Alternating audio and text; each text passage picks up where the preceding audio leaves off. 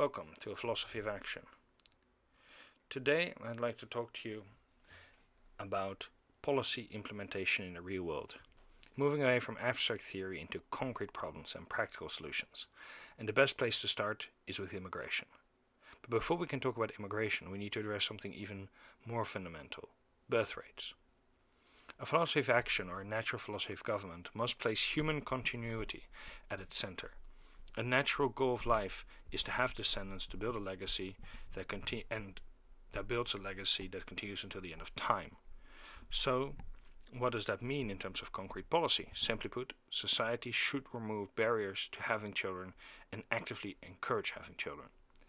To begin with, we should reform pensions. In a pay-as-you-go system, which most governments have today, today's workers pay for today's retirees. But there's a problem. People without children still get pensions, funded by the children of others. Parents spend around 200,000 per child, yet their child ends up paying for the neighbor's pensions too. That's just not fair.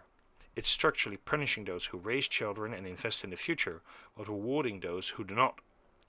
Policy must therefore tie at least part of pensions to raising of children, so that the system reflects actual contribution to society's future. Furthermore, in modern economies both parents often work. Reversing that is neither desirable nor realistic. Historically, both men and women have worked together out of necessity. So children should be funded publicly. Therefore, childcare should be taken care of by society at large. Society therefore needs children to secure itself. So society should share in its costs. Public childcare reduces the strain on families, makes it easier for parents to work, and spreads costs more efficiently than fragmented private solutions would. Furthermore, maternity leave subsidies for companies is another important policy point. Companies often avoid hiring women due to fears about maternity leave costs. On top of that, women themselves are afraid that they might not be hired or get a lower wage because of this fear. Therefore, a subsidy system which flips this, where when women go on maternity leave, companies are compensated for the disruption, suddenly turns this whole around. Hiring future mothers becomes neutral or even attractive. It's not about greed, it's about aligning economic reality with society's needs. Because now companies, rather than seeing a massive debit on their female employees having children, they actually see a subsidy. Furthermore, child stipends or child subsidies. Families should receive a direct subsidy per child. Raising children is expensive, and without financial feasibility, birth rates will continue to stagnate. A decent stipend ensures that having children is a realistic choice in the modern economy, even for the poor. Together, these policies lower barriers, ease economic pressures, and reward parents for sustaining the nation. Immigration and the Great Project. Why start with birth rates before immigration? Because immigration is often justified as a demographic fix, to bring in young workers when native populations decline. But if you don't solve the birth rate problem first, immigration becomes a permanent replacement strategy, whereby you're effectively replacing your own population with new immigrants continuously. And the replacement isn't neutral, it's a violation of the very principle what gives the government legitimacy: the duty to preserve and expand the legacy of its people. A philosophy of action sees government as a contract between the state and the people, and between the people amongst themselves, to support one another's great project of life, to have descendants to survive and to thrive. Immigration, then, is only legitimate if newcomers join that project fully. So, how should immigration be evaluated? Firstly, contribution. Immigrants must bring clear material or societal benefits to the society they go into.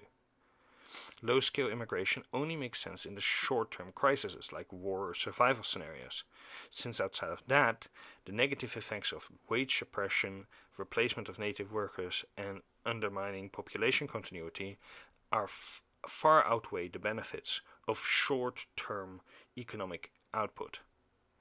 Furthermore, loyalty is important. Immigration must adopt the host nation's project and loyalty.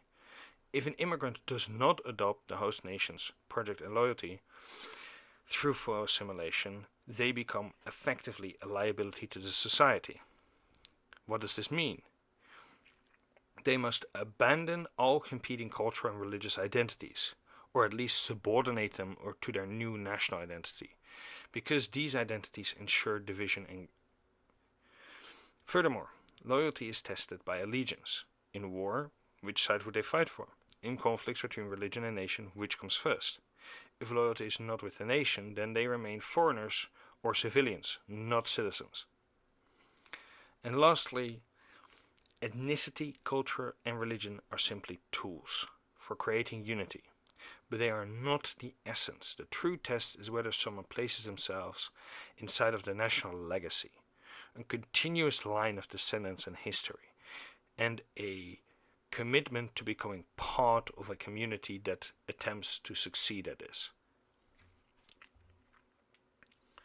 I'd like to go further into the risks of mass low-skilled immigration, which we are facing today. To begin with, the wage suppression. An oversupply of low-skilled laborers depresses wages, discourages natives from taking those jobs via wage suppression, and creates dependency on those immigrants, which becomes a vicious feedback loop. Furthermore, in the long term, it creates a caste system. Specifically, it creates a racially or nationality-based class divide, where native workers only really participate in high-skilled or welfare-based positions, whilst immigrants become stuck in low-wage jobs. On top of that, it causes instability, because if assimilation fails, which through mass low-skilled immigration is almost guaranteed, cultural and religious divides become a fuel for resentment, strife, and eventually civil conflict. So then, what to do? How to put this in a framework? Well, under a philosophy of action, loyalty is therefore structured as follows. Family first and descendants first. Then the nation second. The nation is, in a way, an extended families whose legacy you share together and who you participate with in this great project. However, your family and descendants come first. And lastly, religion, ideology, or other beliefs. They are important, but the nation and your family come before those. This hierarchy ensures survival, unity, and legitimacy. And when these loyalties are reversed, society becomes unnatural and eventually loses its natural legitimacy.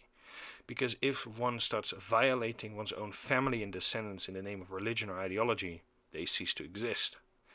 If they start violating their own nations in favor of religion and ideology, they stop having a community which will strengthen them in becoming better at ensuring their own great project, and therefore they will also have difficulty existing.